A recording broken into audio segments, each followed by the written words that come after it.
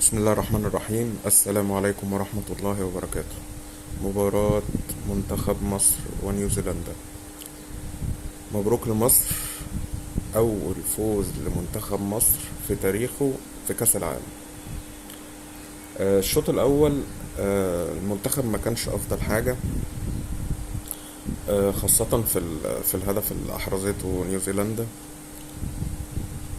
تحس كده إن الهدف جه على غفلة، الدفاع ما كانش واقف صح.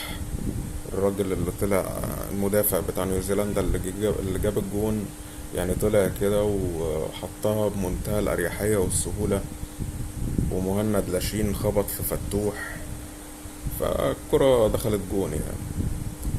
بس كان شكلنا وحش قوي بصراحة في الشوط الأول، يعني ما توقعتش إن الأداء هيبقى مغاير بالشكل ده في الشوط التاني. خلينا أدخل على التقييمات كده بسرعة.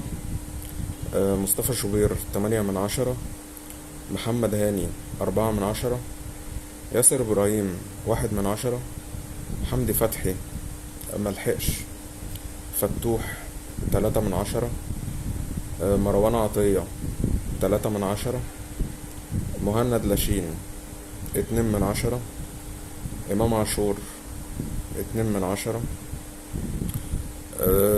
زيكو 8/10، صلاح 10/10، عمر مرموش 0، رامي ربيعة 3/10، تريزيجيه 6/10، حمزة عبد الكريم مش هقيمه لحد ما حاجة من الاتنين، يا يجيب جون يا يعمل اسيست. حسام عبد المجيد 2/10، زيزو 2/10. الشوط التاني الأداء كان على عكس المتوقع، كان فيه سيطرة واستحواذ وضغط وفرص كتير وفرص ضايعة. كان ممكن النتيجة تبقى أكبر من كده. أنا متوقعتش برضو إن منتخب نيوزيلندا هيبقى منهار بالطريقة دي، ولكن منتخب مصر ظهر بشكل أكثر من رائع يعني.